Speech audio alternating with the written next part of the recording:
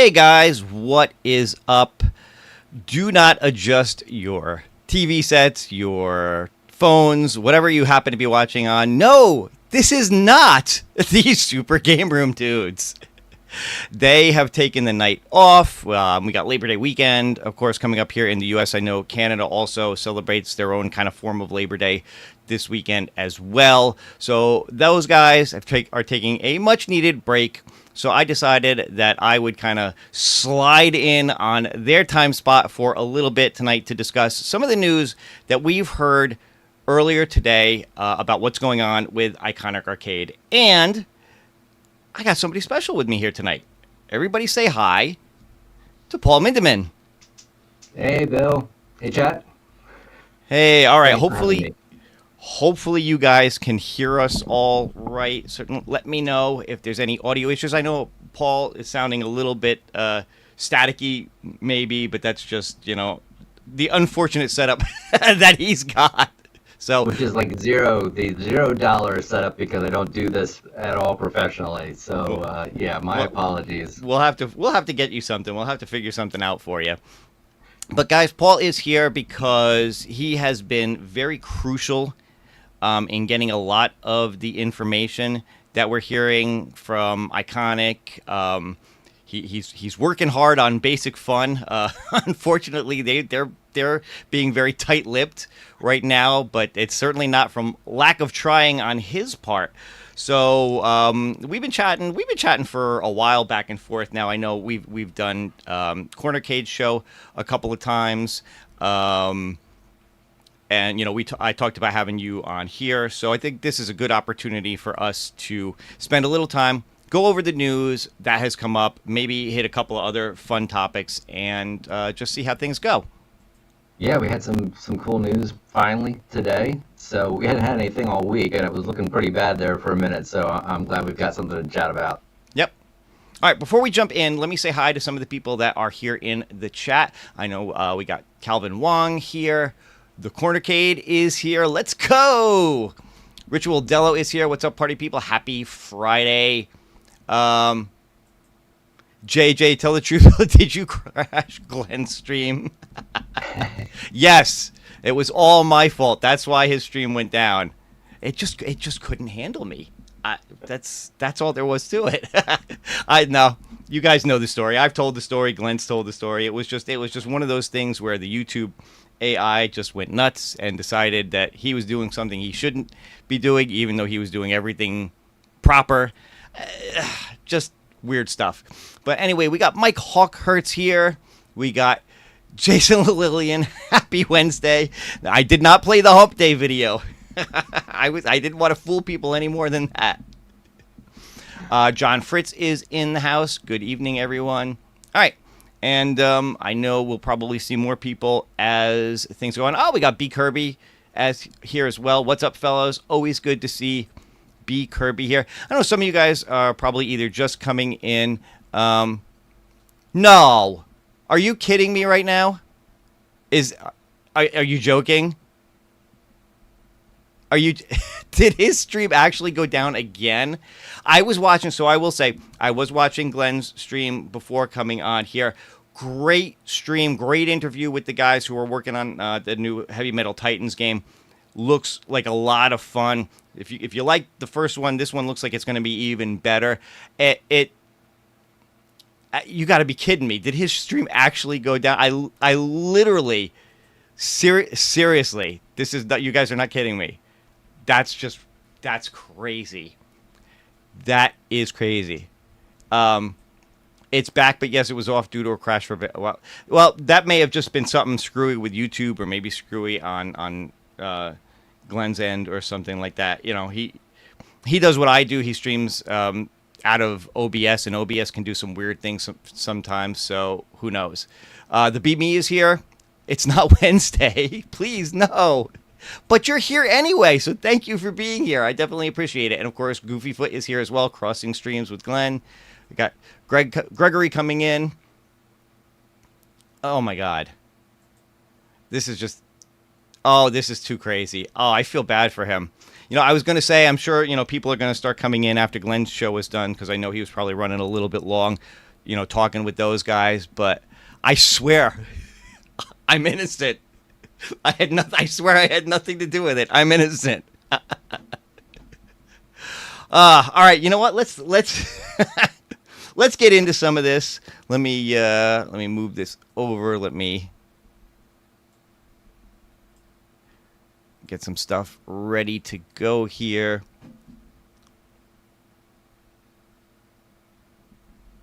All right, here we go. So we're going to start with this. Oop. Zoom in. All right, so no. Nope, wrong way. All right, stop fiddling with it. So I know a lot of you guys saw this earlier today, and this was one of the first things that dropped earlier today. I know John Diamond threw this out on Facebook. This is the poll results. So for those of you who wanted to see the results of the voting on the Street Fighter 2 cab, it looks like number 3 is the winner here at 27.4%. Just a slim lead over the first one, which I think, Paul, correct me if I'm wrong, that was the original artwork, right? The first one? Oh, no, hang on. Did I lose you again? Hang on, I lost Paul's audio.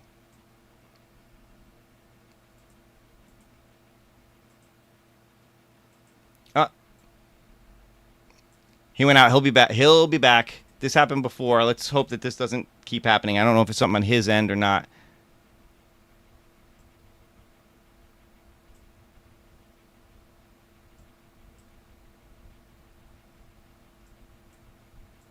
All right. Say something. Were you talking? I'm assuming.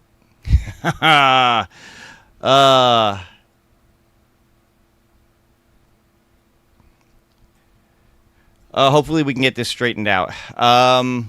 Anyway, what I do want to say about this as we're getting this straightened out is I do really like the fact that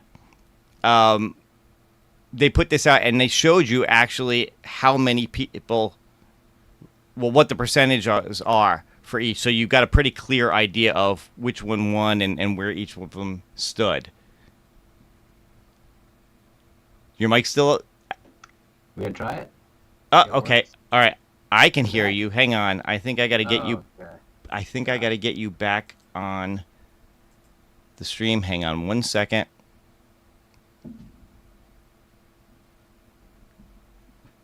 Let me go back to this. Bear with me, guys. Let me get him back on the show. Come on.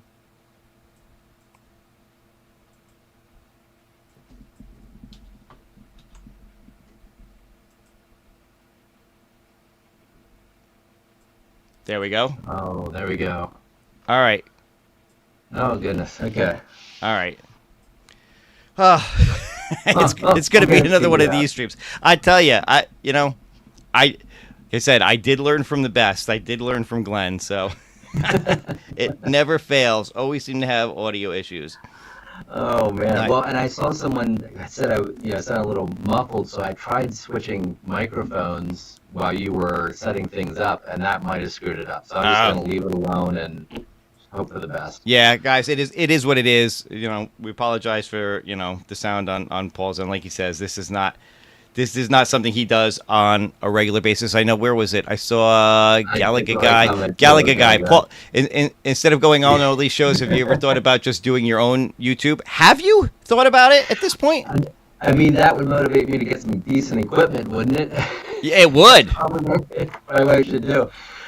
No, I mean, honestly, when the information started dropping, I just kind of wanted to share it however people wanted to share it. At the time, and he was excited, and he's like, hey, let's go on and talk about it. I'm like, all right, sure, I'll talk about it. I don't really care who I chat with. And that's kind of how it's been. It's just, whoever wants to chat about it, and I'm happy to share whatever I can share. But no, definitely not something I've been looking to do. But if I did, I would certainly do it better. Yeah.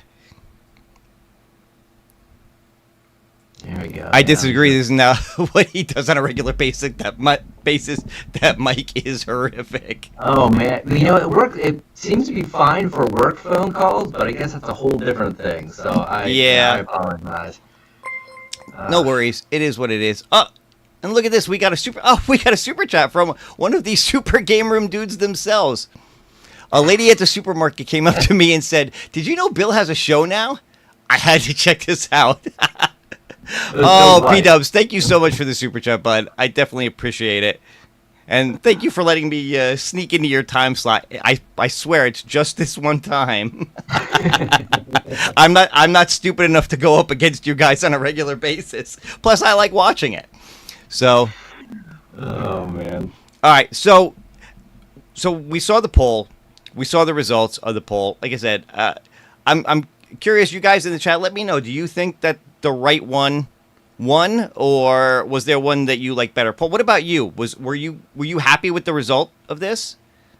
Well, I was sort of a purist. I was hoping number 2 with the sort of sticker looking kind of thing was going to win. Not that it was the prettiest, but just because I'm all about the nostalgia. So for me, that one was the closest. I honestly kind of was surprised number 3 got as many votes as it did, because I sort of felt like that top Street Fighter 2 wording opposite the marquee that had the same Street Fighter 2 wording was a little kind of heavy with all the text up there. Yeah. So I wasn't a huge fan of it personally, but most of the time we're not seeing the side art unless you have a lot of space. So I'm kind of like, not the worst thing in the world, I suppose. What about you? I'm kind of with you on that. I did like number 2 as well. Again, for just the pure nostalgia of it was closer. It was probably the closest to the original Street Fighter cabs. But honestly, I'm not hating on this one.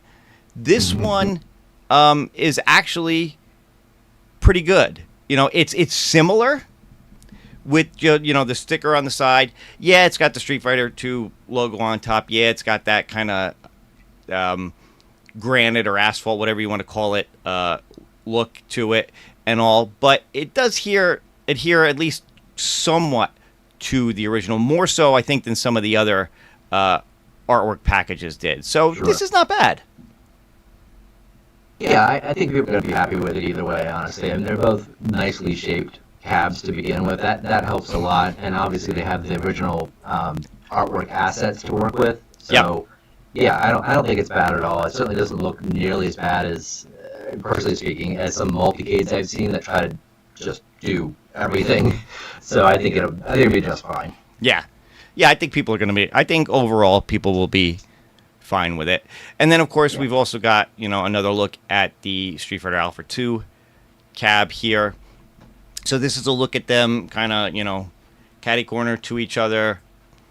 And obviously the control deck there is probably the main story on the Alpha cab, because we're seeing that I don't know what they call this. I think they had a name for it. I can't remember if it's gravel or what it's supposed to be, but that that not diamond plate look that it was before that a lot of people liked. This other one now that Dan's compared it to the Darkstalkers that he has, but there's other Capcom cabs that have had that kind of look. And again, I think it'll be a case of when you see the final thing, I think it'll be just fine. In renders, it's kind of, it looks a little like, what am I seeing here? Is this kind of like gray mouse fur or something? But I think I think the end result's going to be okay, and people will recognize it as something that looks reasonably authentic. So, but this is the first time we've really seen it kind of applied to the full cabinet like this. Mm-hmm. So it's it's a little different maybe than the renders we saw before that were maybe a little bit confusing. So it's good to see more. But again, 90K Fox has been harping on this. We haven't seen a sort of final photographed cabinet, and we didn't always see that with Arcade 1-Up either. But I think his point has always been, Arcade 1-Up has been around for a while. We kind of know what to expect. They're not an unknown quantity. This is essentially, at least with this product, new. So he wants to have that security of show me the final thing. We saw the prototype. We know this is not the prototype anymore. Where is that final, quote unquote golden sample that's going to the factory that can show us what it actually looks like? And he's got a point, because at this point in the year, that production should already be happening. So Hmm. something should be out there. I mean, it's great that we're seeing this, but I kind of get his point with that. Yeah, no, I can understand that too. Especially, we're dealing with something, you know, for the most part, brand new. Seeing these come from Iconic Arcade. Now, yes, a lot of us, especially in this community, we know who John D is. We know what he kind of stands for. We've seen his work with Arcade One Up, so we can kind of guess what to expect based on Yeah. some of that. Iconic, on the other hand, I think either people had no clue who they were, or if they knew anything about them, it was that kind of crappy dime store cab that was primarily, I believe, a Canadian thing. I know, Michael B talked about it a lot. Um, at Yeah. one point, it was not the kind of quality. I mean, it was not even. I wouldn't even have considered that based on what I'd seen of it. I wouldn't even consider that Arcade One Up quality. That particular No, cab. it wasn't. And I actually wish they had come up with a separate brand name. I think attaching themselves to Iconic was maybe not the smartest thing, given that the very little brand history Iconic had was not a good one. Yeah. So I don't think that did them any favors out of the gate. And I don't know how many people recall, but John was saying these are going to be built in the same factories that were used for the quote unquote better arcade one, machines or cabinets, or at least was them. I don't know for sure. I can't remember anymore if John actually said that, but it was said to have been, going to that same contractor in the Far East that did the better developed cabinets for arcade one-up. So the quality would essentially be the same in terms of the actual cabinet and how the artwork is applied, things like that. That's not including electronics, controls, things like that. But in Yep. terms of the construction, I think it's going to be a pretty close one for one if the same factories are doing it. Yep. Yep. So again, here's another look at it more from the side, so you get a much clearer view of the side art and what it's going to look like for the two cabs. Now, interestingly enough, and I know these are renders and everything, Screw but caps. it is kind of interesting here that you can see the line where it breaks. So obviously these are going to be a similar, build process to what we're used to from Arcade One Up and a lot of other things, where you're going to build a bar top, you're going to build a base, then you're going to put the two together. And yeah, I think I just heard you say it looks from these renders like we can expect some kind of screw caps to come with these to kind of cover up, so It does. I mean, they took where the the screw time to holes are going to render be. them. Yeah, they took the time to render them as not just little black holes, but as Right. something that Or looked not put like them in at all core. because it's a render. Right, right, exactly, which very well could have been done if it was Arcade One Up. So the fact that they took the time to put actual, colors to those makes me think that that's pretty likely to be there, which is good at this price point. Yeah, absolutely. So I Yeah. think, and again, here's just again them side by side. So, and one of Oh, the things good. you can see here, of course, is that the coin door lighting up, Yeah. which is of Uh, course very cool. yeah, and there was some question maybe a month or so ago about are they going to be lit? That has always been the case and hasn't changed. That yes, they will be lit. They will not be functional. They're not going to be the push button style you saw like on KI Pro or something like that.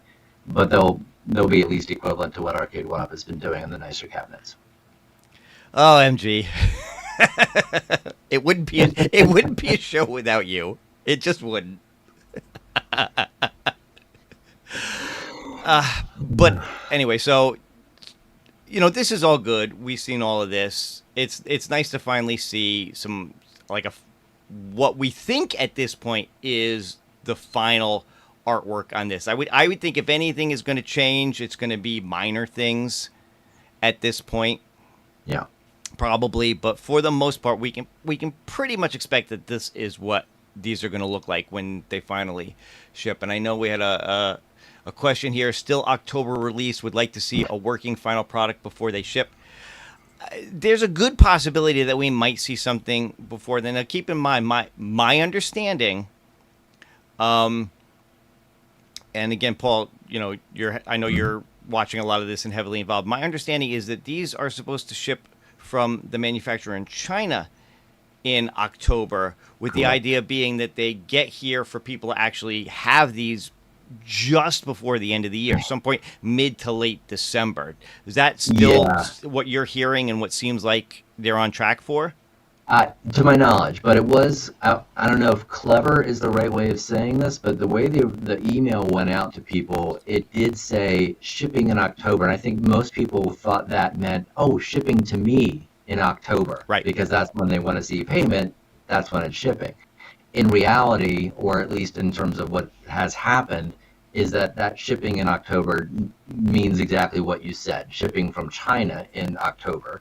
In most cases, it takes about 5 weeks on the water for products to get from port to port. If you're talking about from China and you're not running in a Chinese New Year or anything like that, so you're talking at the earliest probably mid-November. Now, keep in mind too, that's to a warehouse. It has to ship out from there. So I mean, they're going to be cutting it close, and I'm imagining they're going to be shipping in waves. It's not going to all be day one, and who knows? That could also be towards the end of October too, which means we're really looking in December. So, and that's assuming they still hit an October quote unquote ship date at all.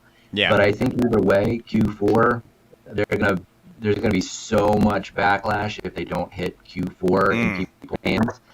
I think they're gonna do everything they can possibly do to hit that. So I remain confident we'll get it in Q4, but not October. All right, let's let's stick with this. Yeah, so I would definitely agree that they got to hit that Q4 date, or there's there's going to be riots in the streets. Yeah, I mean at this point, people are going to start asking for their money back, more than they did the first time, and that's not a position they want to be in. No, not at all. So, all right. So we've taken a look at the artwork. I think, we've said pretty much all there is that you can say about that. But there was a little bit of other news today that came out, and we've got this. And this comes from a Reddit post over on the Iconic Arcade subreddit. Yeah. And there's a bunch of interesting things here, so we can kind of talk about this and get into this a little bit. XTreme Arcade Update. You asked, we delivered. Your fan favorite features are here. Iconic Arcade is proud to announce fan requested updates to our XTreme full-size arcade line. Now, this is interesting that we're now hearing these being called the XTreme arcade line. So these are no longer branded as XXL. Is that what this seems to mean? This is the first time I'm hearing of it. What's curious though is that this same post information, same formatting, the whole thing that you're seeing here, it has been repeated across different social media platforms and pages, which indicates to me in person, and on those other places that person was John D. So I'm assuming this post was put up there by John D as well, and given that he's a big part of everything happening there, I'd assume this is the official new name going forward. But it was the first time that I'd seen it as well. I hadn't had any hint that was changing, but here we are. So I've been hearing, I know I watched Michael B. put up a video earlier today. I believe Danny, the Cornercade, also put up one. And again, guys, I'm sorry. There's just not much we can do about it. It is what it is. I hope you guys just stick around just to get some of the info, or at least come back and watch the replay later on. There's been speculation that this is maybe a concession they had to make, or a change they had to make, because of the legal action or cease and desist or whatever it was from Arcade 1-Up, that with Arcade 1-Up's XL brand, them having an XXL brand was a little too close, and maybe that's why they're changing it to be this XTreme brand instead. Now, if that's true, I actually think that's hysterical, because if you go back to when Arcade One Up first brought out their XLs, they had I believe the NBA Jam Shack was the first one. Then they had the Golden Tee one. Right. They didn't call them XL. We did. Yeah. The fans branded that XL, and they latched onto it and said, "Oh, everybody's calling these XL. I guess that's the name. I guess we'll call them XL." So to have the balls to turn around and sue because somebody else is using something close to that. Wow. I mean, that takes some cojones. Well, and it says everything about the current state of that company, and we all know it, and it's a shame, but that really speaks to just how bad of a situation they're in, that they feel like they need or want to trademark it in that way. Honestly, I think it has more to do with who this product is coming from than the name of the product itself. I think that's always been the issue, and they're looking for whatever angle they can find to make it difficult to do what he did for them. And so there you go. Yeah. I mean, I don't know if I love it. It's maybe it works. It's very 90s to me. Exactly. I was thinking of that 90s hair band. I think it was XTreme, and it was like terrible. Don't diss XTreme. They were one of my favorite bands. I've actually seen them live. But it's oh just, my gosh. Well, maybe they're better live. Maybe they had more songs that were good than I can remember. So, everybody only remembers them for More Than Words. More Than Words. Their hair metal ballad that every late 80s, early 90s band had to have. No, they got some kick-ass songs. All right. I'm not gonna. I might have learned something tonight. I'll have to look them up then. but it's just even the fact that it's XT XTreme, just it screams 90s to me. It does. Just I don't know. There's just something about it. Maybe it'll grow on me. Maybe that's the direction they want to go. Maybe, and we're gonna get into this in a little bit. Maybe that has something to do with the direction that they're planning on some of their other machines that are going to come out later on. You're telling me they missed the opportunity to name it the Dude Arcade? the Dude abides.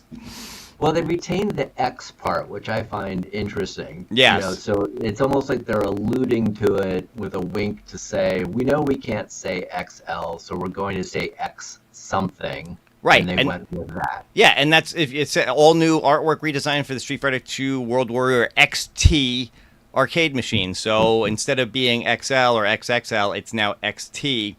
Yeah. Okay. I guess X is okay, but L is not okay, or an extra L is not okay. I don't, listen, if it works, it works.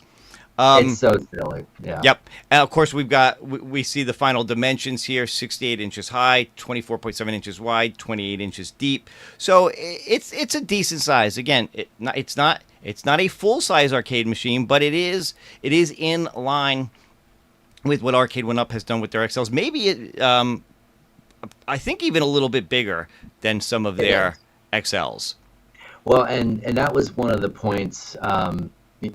I took a lot of flack on the Super Game Room dudes for not having enough new information, but one of the points that we were talking about on that show was specifically the size, because there were questions around how deep the actual cabinet was. We'd had the width and the height, but we didn't have the depth, and that's important for people, because they're putting these against a wall in most cases, and you don't want one of them sticking out way in front of the other ones or waste a lot of space by having to pull everything forward. Right. So the good news is the depth on these is exactly the depth of an existing Arcade One Up XL type product, or at least from what I measured with my Golden Tee, it was the same.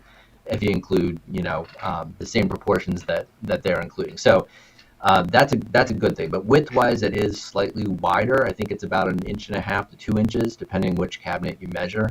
It's Which is a exactly good thing because people always complain, even with the yeah, Excels from Arcade One Up, that it's tough for two people to stand next to each other and play some of these games. Not, well, I guess NBA Jam is probably the only one really that's multiplayer so far that they've put out. Um, Although yeah. I guess the Golden Team Midway's got some multiplayer games on it. It's got multiple controls, right? It does. In theory, you can, and there's not really many that you'd want to play two-player, but in theory you could. Now, what's interesting and sort of an odd coincidence is the Soul Calibur cabinet that I, built from a Shack XL. When I made the new control deck for that, that control deck is exactly the same width as what this product is. So I built that just for what was comfortable for me for playing fighting games, which happens to be exactly the width that this is. So I can only say from my personal experience that width is good. It looks good with an XL. It's comfortable to play, especially for fighting games. I think it's great. All right. Cool. So again, hopefully people will be excited about that. Now, of course, here's something that we're going to spend. Excited. I'm sorry. Go ahead. Excited. I see what you did there. Ah, you got me. I didn't even actually think about that. All right. So this is something we're actually going to spend a little bit of time on and get into. And this will really be for all you nerds out there who get excited about specs and different things. And if that's not you, stick with us. But it says now featuring a stunning 23.8 inch 1920 by 1080p 120 hertz IPS Medion. I think that's how I pronounce it. Jason corrected me last time. I don't know. Yeah.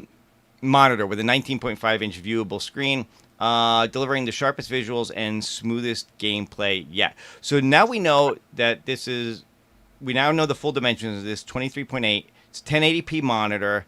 The only reason it's a 19.5 inch viewable screen is because they put a bezel in front of it, right? If you take that bezel off, you can have the full width, for things. And again, we'll talk about that.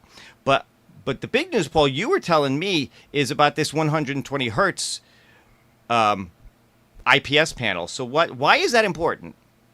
So yeah, I mean that refresh rate. Anybody that's been around the gaming community for any amount of time, especially in more modern times, will know that if you have a higher refresh rate, you're going to see a better sort of response, feel better response. It's going to make things smoother overall.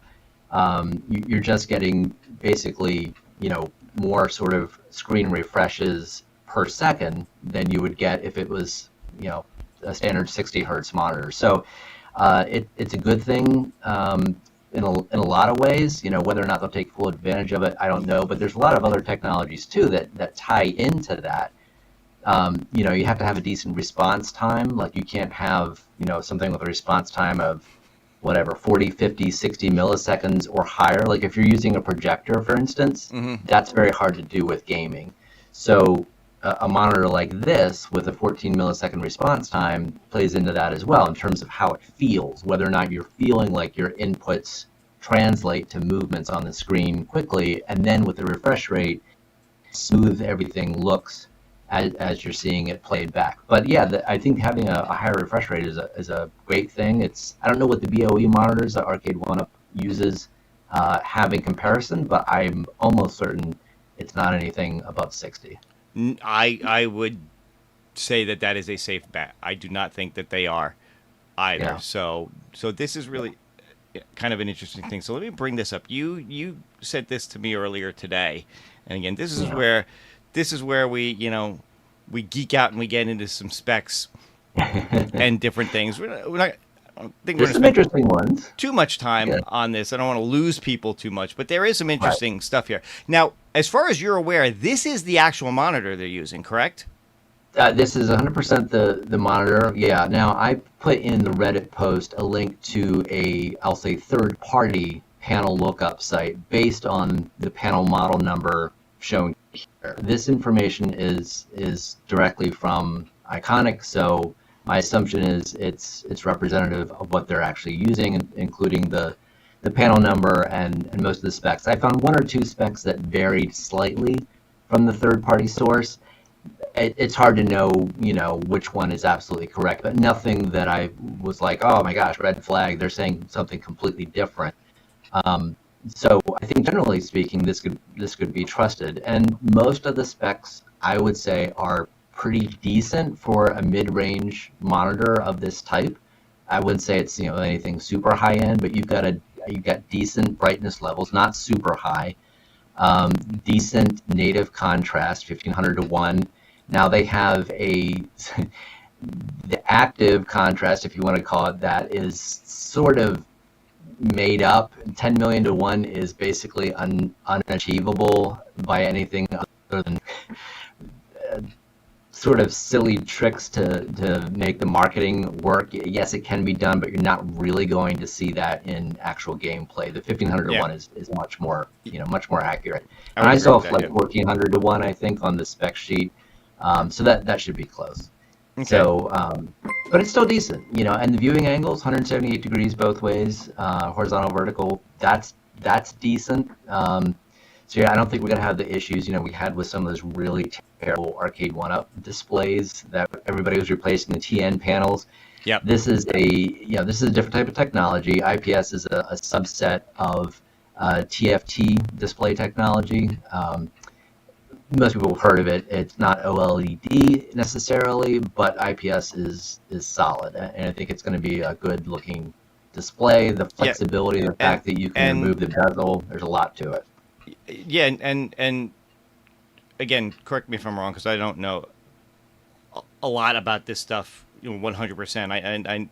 I say this all the time with stuff like this. I know just enough to be dangerous, but people have said in the past, right, especially for like fighting games, that the TFTs are actually in some ways are actually better, and that kind of leans into some of these what we're seeing here, like with the 14 millisecond response time, because they do have a faster response time than like the BOEs do. Yeah, actually, the TN, the twisted pneumatic. Oh, TN. Okay, maybe I'm mixing those two up. Yeah, and it's easy to, but those can be very fast in terms of response times. I mean, down to like, just a couple milliseconds. So in an absolute sense, those can be fast. And if you use the right technology, they can look good too. The problem was Arcade 1-Up was not using a good quality TN monitor. So we never really got the good version of what that could be. But even a mid-range IPS monitor like this is still going to be good, and probably significantly better than the TNs of any type that we're likely to get from any of these companies. So it should be a good monitor. I think all this information is good for people that are looking to maybe in the future do something more with these cabinets, to maybe decide, hey, you know what, I want to take the bezel off. I want to be able to view 16 by 9 formatted content. Well, you've got the monitor built in. Now all you have to do is replace your bezel, and you're basically good to go for 16 by 9 formatted content if you don't want 4 by 3. Yep. You don't have to replace the monitor or anything. So I think it's good. I think they're basically showing, hey, we're putting a decent quality monitor in here that you're not going to have to replace or worry about. It's something commensurate with the price point. People could argue, hey, it's Lenovo. They own they own this stuff. They could probably get it for pennies on the dollar. So. Yeah, I hope it's good, but it does go to show they're not necessarily, cheaping out and getting something even less expensive from another party, which Arcade 1-Up probably would have done by now. Yeah, and of course going with the 16:9 makes a lot of sense too, because it's easier, even considering the fact that it's Lenovo. It's easier to source than 4.3 monitors are nowadays. I want to go back up really quick and say thank you very much to Meatball Saucy for his $5 super chat. Friday night Bill's Retro Gaming Show. Thank you. Thank you, Meatball Saucy. I absolutely appreciate that. Always good to have you here with us, and always good to play. Paul, I know you said that you have issues with VR. Man, we got to get you in there one of these days to come play with us for sure. The first place I'm spending money is on a microphone. I'll put that before the Walkabout Golf. I would But, actually agree. That's probably a better source of your your spending right now. yeah, the entire chat's nodding at that one. Yeah, So I'm sure. yeah, I'm sure. that's But received. some other interesting things here. Vertical frequency 48 hertz to 120 hertz. Now, does that mean That's does that that mean it's refresh a rate variable range. refresh rate? Well, I think it means they can take advantage of up to 120 hertz. Yeah. So yeah, I think it's going to depend a little bit on how they use it, but the fact Yeah. that it can do it Yeah. is a good thing. Yeah. Yeah, I mean, unless you're gonna, gut this thing and put a mini PC in there with games that can, that can handle variable refresh rates, it's probably not gonna make a difference anyway. Even if you swap this out for your own Pi, but it is a good point that you made about removing the bezel on this, so you get full access to the full monitor. So if people want to, put their own Pi in this or a mini PC or whatever and play their own games, and they want them at a 16:9 aspect ratio, they'll be able to do that without having to change the monitor. We already know it's 1080p, 120 hertz for HDMI and Type C. You've got both of those on here. You got HDMI 1.4 input. You got a Type C input as well. You've got audio output out of this, which is very cool. So people can plug this into their own speakers or not, or maybe that's the way this system is going to work. I don't know if the speakers are going to be connected directly to the Pi or out of the monitor. Probably directly to the Pi, but the fact that you can audio out of this as well will be a good thing. Yeah, assuming they haven't disabled any of these features, but again, since this particular spec sheet came from them, I'm assuming what we're seeing here is what what's going to be on the actual monitor. You got some different preset modes, so you can dial this thing in the way you want it to be. Anti-flicker, anti-glare, low blue light. All the kind of features we're used to seeing from, PC monitors nowadays and stuff. So I think this is all good stuff. Yeah, and I noticed too, again, just talking about the fact that this is I'll say a better, maybe upper mid-range kind of monitor, is the fact that you've got 120% sRGB, 90% DCI P3. So the P3 spec on DCI is a little harder to earn. But basically what this is telling us is the color reproduction range is going to be decent. And that's a good thing, so you're getting vibrant colors. Not that every game takes advantage of that entire color palette, but the reproduce is a good thing, because we want everything to be the way we remember it, even though it's a modern LCD based TV and not a CRT. So there's a lot of good things about this. I would say, if nothing else, this is one of those things that people can just check off and say, did that right, let me move on, focus on something else that I might need to replace, maybe the buttons and sticks or something like that. But I don't think the monitor is going to be a source of pain for anyone anytime soon. No, I think people will be very happy with that from what we're seeing. So yeah, this is all good stuff. So I'm glad we got a chance to kind of dive in a little bit more on the monitor, because I know a lot of people just saw that main specs thing, and who knows, maybe they glanced over that 120 hertz refresh rate on that. But it does sound like that's going to be kind of an interesting, kind of an important thing, especially again when you consider that you're talking about a cab that is designed primarily with fighting games on it. So, the lag and whatever, you're not going to have that, at least from the monitor end of things. Hopefully the controls are all good and dialed in, and we won't see any lag between the controls and the monitor. Well, and that was a point that was brought up to me when this was sent over, was, focus specifically on that input feel that you're going to get, that responsive feel that you're going to have by using a monitor of this type. Now, of course, that's also accounting for other things like the actual controls and things like that. But I think the monitor definitely has something to do with that. You don't want sort of ghosting and delayed responses and stuff. So I think it is going to be great for the fighting community, and this monitor, more likely than not, is going to be used in the future as well. So when you get other games coming out from Iconic, this is a good place to be starting monitor-wise, so we don't have to worry later about, but it's going to be good for this or for that. I think the only question is, what will they do for vertically oriented games? Mm-hmm. Do we have the sort of format that's going to work for that? Can we just turn it over on its side, and is that going to fit? Is it going to work? How, so there's questions about that, but we don't have any of those games yet. But that's a whole other topic. Yeah, I would assume if they're going to do that, then kind of the same thing. They could mock up a bezel that gets it in the right aspect ratio. It's just a matter of the emulator and dialing it in so it fits properly within the bezel and within that aspect ratio, which is not always easy. No, it's not. Anybody that's played around with that stuff knows you can spend an entire day fiddling with that and get, super aggravated. But assuming it's done by them and they do it right, it should be fine. Yep. All right, so I think that's pretty much it in terms of what we know right now from Iconic. Again, we were hoping maybe there'd be a little bit more news before the end of the day, but it looks like anything else that they have that they want to release, they're going to release it on, in their own time.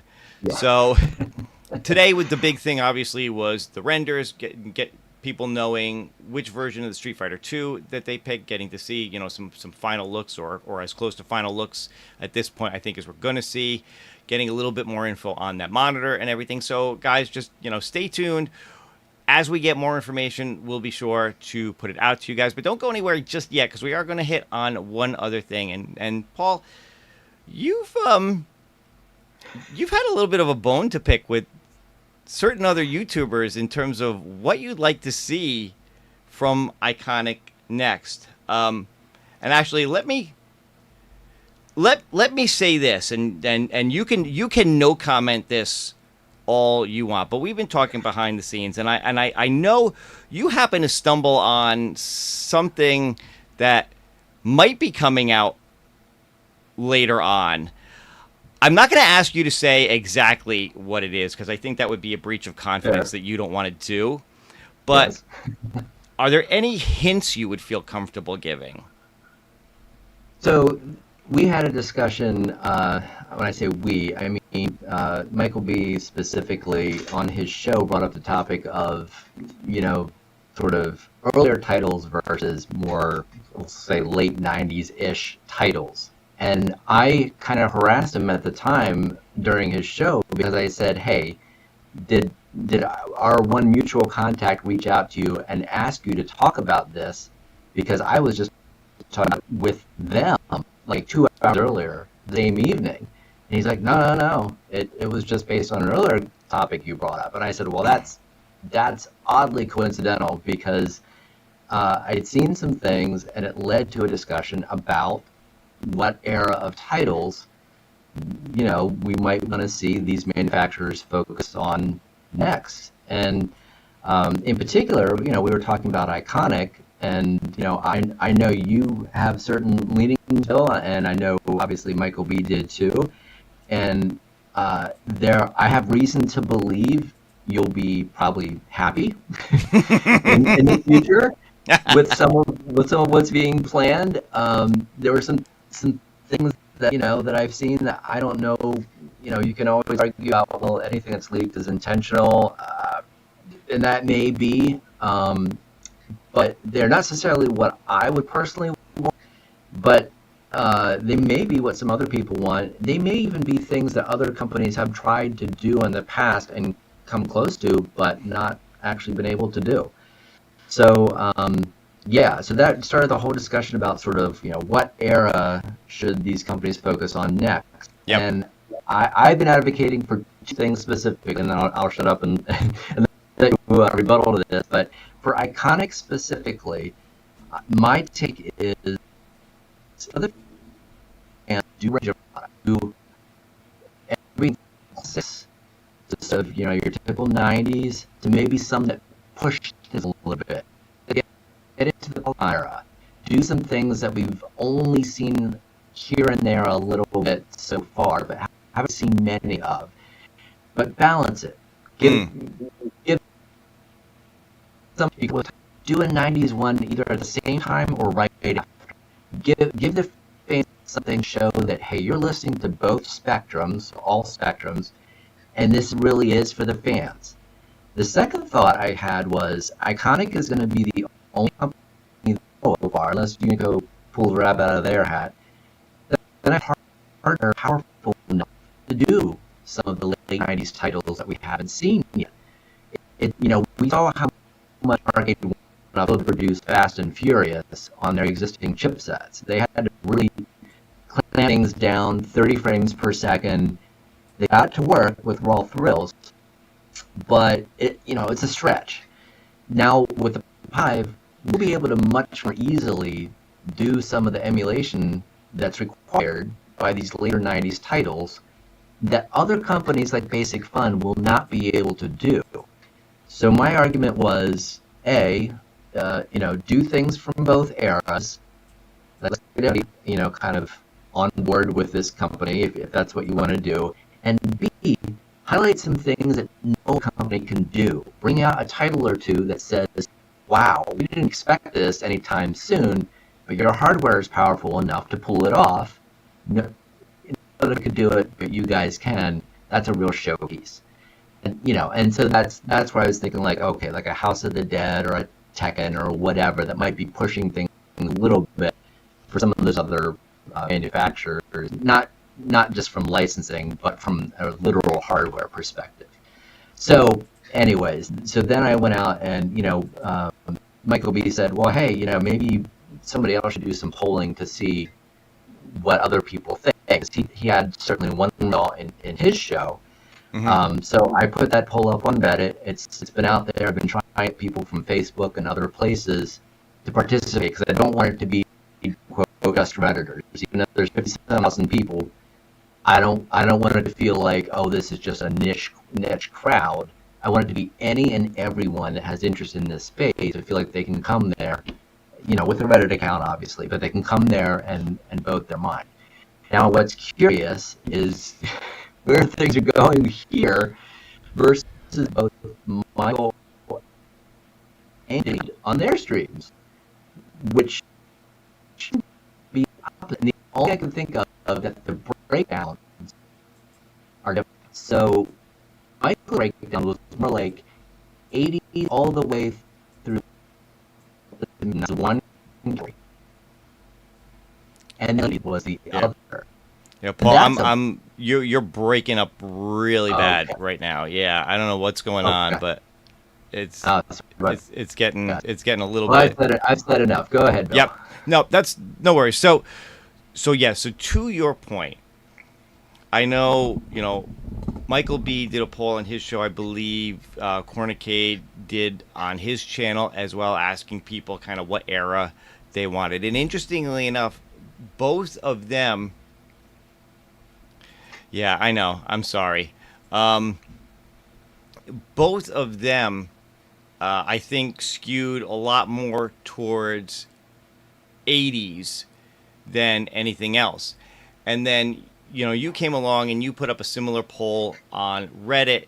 And interestingly enough, yours seems to be skewing a lot more towards 90s games. You can see it here. I've got it up here. Once the show is done, I will link to this Reddit post and the other one that we talked about, so you guys can go check those out as well. If you want, you can vote on here if you're on Reddit. But what's funny is, as we're talking, I am watching people put, their thoughts in the chat, and I'm seeing people talk about Tekken and Soul Calibur and a lot of those games, and that leans right into your thoughts, Paul, about wanting something that's more into the 90s, something that you feel like Iconic Arcade are the only ones who could possibly do it with the technology that they're going to want to do. Now, again, we've talked about this. I'm an 80s kid. I want to see more of that late 70s, early 80s, or golden era stuff, maybe even into that, decline and recovery era that you have on here, late 80s into early 90s. That's kind of my, where I lived when it came to the arcades. So I absolutely want to see more of that kind of stuff. But you know what? maybe that is going to be more of basic funds niche. Maybe that's more where they're going to lean. I don't know. Maybe, like you said, maybe Iconic is more positioned to be some of the later games that require some more technology. I'll say I wouldn't. I'm kind of with you on this. I certainly wouldn't mind a mix. My concern is it feels like, especially lately, even with Arcade Went Up, unless it's Pac-Man, we're not getting anything from them that hits that nostalgia, that nostalgia for the 80s that we used to from them. They've been more focused on the 90s stuff, the Street Fighters, the Mortal Kombat. I mean, those were all early 90s games, but still you're into the 90s. Golden Tee, all of that kind of stuff. So it would be nice to see somebody bring back some of the older 80s games, especially stuff that we haven't seen. The Q*berts, the Robotrons, the things like that. I mean, we all know Donkey Kong's a pipe dream. We're never going to get any of those, but there's plenty of other games out there that are definite possibilities that I would absolutely love to see. We've got a bunch of people in the chat here. Let's see, Jason. Growing up in the 70s and 80s arcades, the 90s arcades were dead by mid-decade. New cabs did come out, but the vibe was history. But for the youngins, a mix is good. I don't think they need to focus on one. 80s to 90s, one our poll and Mike's. James Hates Everything is here. Thank you for stopping by. As always, because arcades didn't evolve and you could play better games at home. Late 90s arcades were mid. All right, that's, you know what?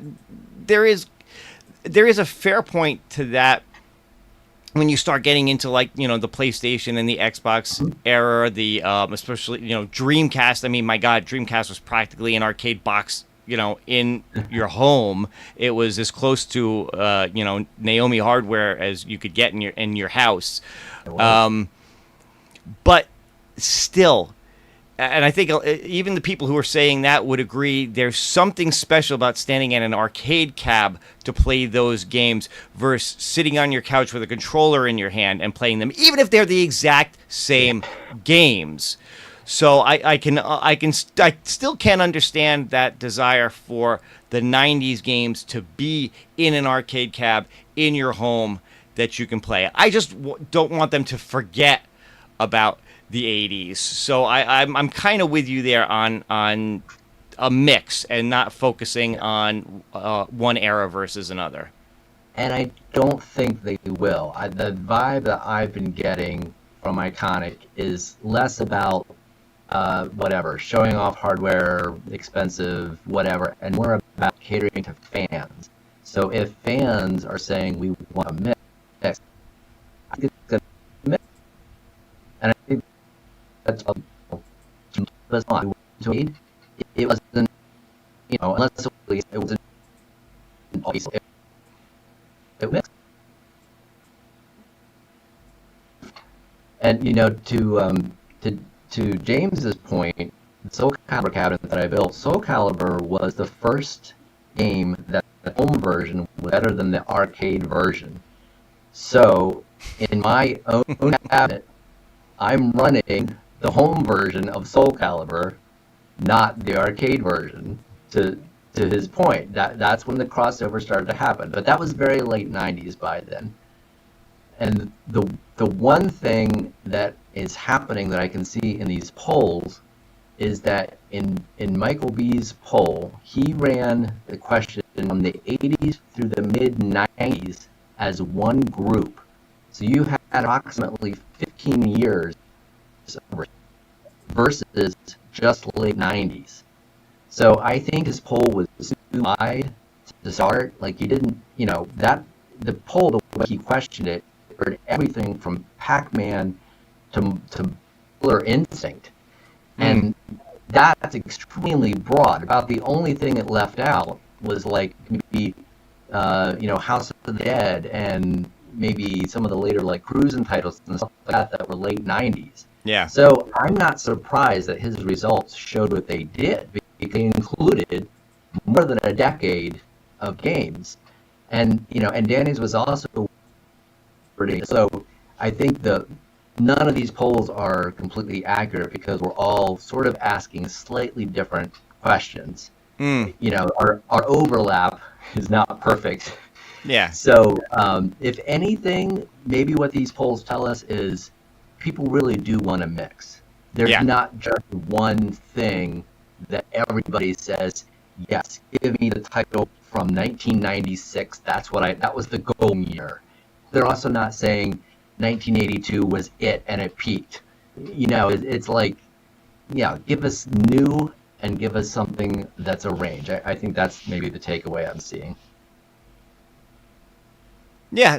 Yeah. And I would absolutely agree with that 100%. But, and I'm, like I said, I'm with you on that. I would love like a Q-Bird or a Robotron cab in my house.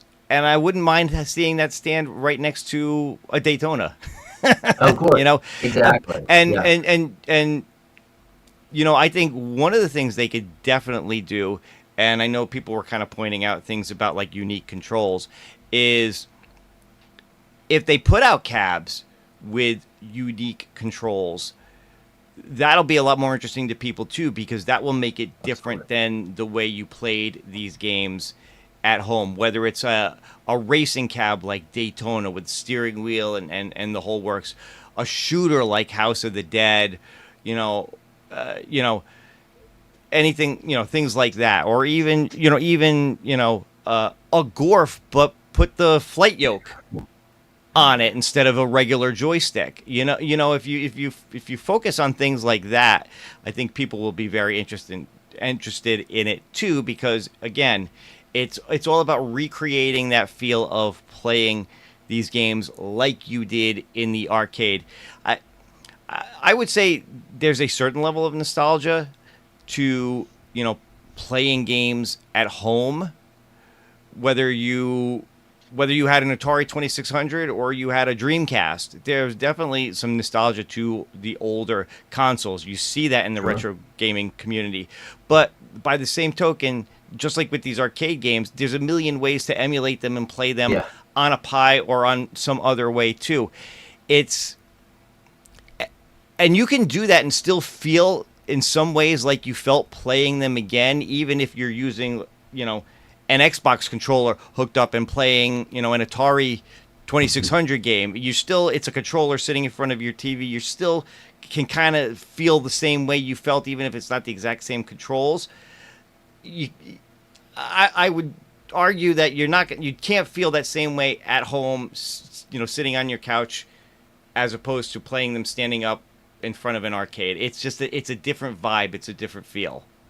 It is, and I do think that's an important point to make about the unique controls. That's one of the reasons that I continue to advocate for dedicated machines versus multicades. And I've had multicades, and P-dubs will harass me about being a multicade fan, even though every single one of these machines is technically a multicade. But I really think the dedicated controls and the unique artwork are the things that, for me, set these apart from a traditional multicade. And I've built multicades. I get it. Everybody at one the phase of, I want a mega ultra-cade. Yeah. It's going to have 50,000 games. It's going to be the best thing ever. It's going to have all the buttons and controls and everything. And then you play 3 games. Yes, it's very true. Yeah, I mean, again, and you see, like, I'm so thankful. I'm so happy for Glenn with his Build-A-Cade FU. I think people are gonna love that thing. I think people are going to, like you said, load that up with thousands and thousands of games, and then they're gonna gravitate to the 10 they like to play the most. I do that. I have the iArcade with his Viper and his switcher and all in it.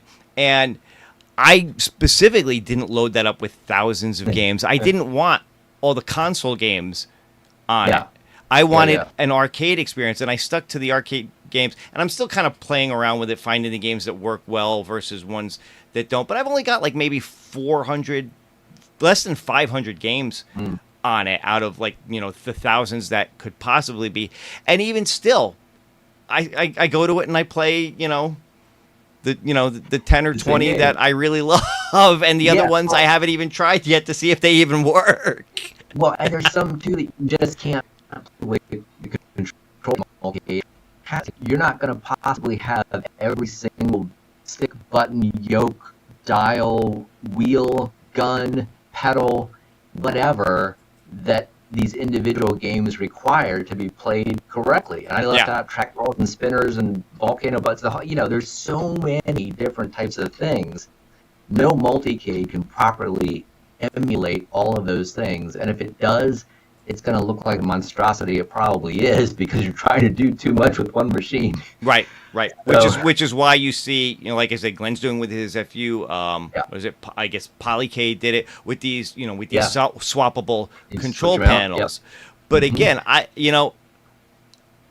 would probably guess 90% of the time you're keeping that standard multi-cade controller in there that's got the joystick, the buttons, maybe a trackball, maybe spinners. You're not constantly swapping it out to play the racing game and then constantly swapping it out to play the flight yoke game or whatever. You're going to say, you know what? Today I'm in the mood for pole position. I'll throw my racing one on there. I'll play some pole position for a little while. Maybe I'll play a couple other racing games because it's in there. Then I'll take it out. I'll put the other one back and I'll play that for the next 3 months. And I won't revisit I'll revisit the racers when I'm in the mood to play them some other time. Well, and even those calibrated differently. So the wheel setup that you have for pole position versus hard driving or whatever, it's completely different. So it's almost impossible to get it like really perfect for every game, and that's the dilemma with that kind of cabinet that I see. Aside from just how it looks and everything, and that makes sense too when you consider like what the Buy Stuff store is doing with their with their wheel control deck, with their little mini PC or whatever that they sell. They have done exactly what you said. They have taken the time to dial in every single game on there to make sure that when you play it, it plays correctly. For you, and by you I mean all of us, to do that, you're gonna pull your hair out. You're gonna drive yourself crazy with this stuff. But again, I find that even on like the iArcade, just running MAME software, you go to play Street Fighter, and those buttons are not the way I expect those buttons to be, and I gotta take a minute. I gotta get into RetroArch. I've got to remap them and play those fine, and then I go to Donkey Kong, and the jump button is the third button, not the first button, and it's like you've really got to take the time to dial in each game. And once you do, and the settings are saved, you're fine the next time you come to it. But when you've got, like you said, 10,000 games, you got to do that for a majority of them. It's a nightmare. I'll call it a labor of love, and I'll leave it at that. Well, it can be, but you have muscle memory too. That you expect the controls to be a certain place, to have a certain, kind of interaction with that game, and when you have to force that with, because of a control is, set up like not the Neo Geo style, but it's more like a Capcom style or whatever. Even within fighting games, you can find yourself feeling like something's not quite right. But I get the Buy Stuff model. In fact, I was one of the first Buy Stuff customers to do a full Ridge Racer. I beta test some of their cooling solutions on their CPUs at the time. And to be perfectly honest, the reason you don't see a Ridge Racer behind me isn't just space. It's because when I sat the Ridge Racer with whatever it was, 50 or 60 driving games, next to the Fast and Furious, no one in my family played the Ridge Racer. Even with all those games, it had Mario Kart, all that stuff. Yep. The fact that you could walk up to the Fast and Furious and play one of two games and have them play perfect, and basically identically made it so much easier to just engage with. Yeah. So even a really well done setup like Buy Stuff had was not something that a more casual player like the rest of my family was into. So I ended up selling it and really taking a loss on that one, and hopefully someone else happy. But yeah, I pretty much steered away from intentional multi-cade setups, for the most part since then. So Yep. yeah, so here we are advocating, or at least I'm advocating for a variety of cats and games from different ages, and hoping we see more of those soon. Yep. All right, so I think we've kept people here long enough. I apologize again. I know we had some mic technical difficulties. We are going to get Paul a better setup. I promise you. We're going to work. We're going to work something out so that the next time he comes on or goes on somebody else's show, he sounds better. I want to apologize to Bill and everyone that's watching this that had to sit through that. I haven't heard it myself. I'm going to go back and rewatch it. I'm sure it's as terrible as it sounds like. So I'm very sorry about that. It's certainly not my intent to make it difficult for anyone to watch Bill's show, which I watch all the time and is excellent. So I don't mean to be bringing that down. I do. No. Look. It was listen. I appreciate you coming on. I appreciate you again going out there, finding out the information. I know you're still working on finding out more stuff for us. So anytime you want to share, anytime you want to come on, you are more than welcome. I think we had a great talk tonight. I think we had a great discussion, especially getting into this whole 80s and 90s thing. The chat looked like they were really, really invested in it, which is very cool. So I appreciate that for sure, guys. Before we go, I want to just say one other thing too. I know Galaga Guy 88 is going to be doing his show a little later on tonight. He had wanted to move his show up, but I kind of snuck in before him. So be sure you support him. He's going to be doing his show. I do have the show set to redirect, but I think we're going to end a little bit early because he's going to start at 10:30. So be sure that you support Galaga Guy 88. Go and check out his show in just a little bit. He's always fun to watch. For sure. I know, I love when he comes up with these drinks that he names after, different games and different things. So always a lot of fun. But Paul, thank you so much for coming on. Like I said, despite the technical issues, I do think we had a good show tonight. And I definitely appreciate everybody in the chat for sticking with us and sticking it out. Yeah. Thank you, Bill.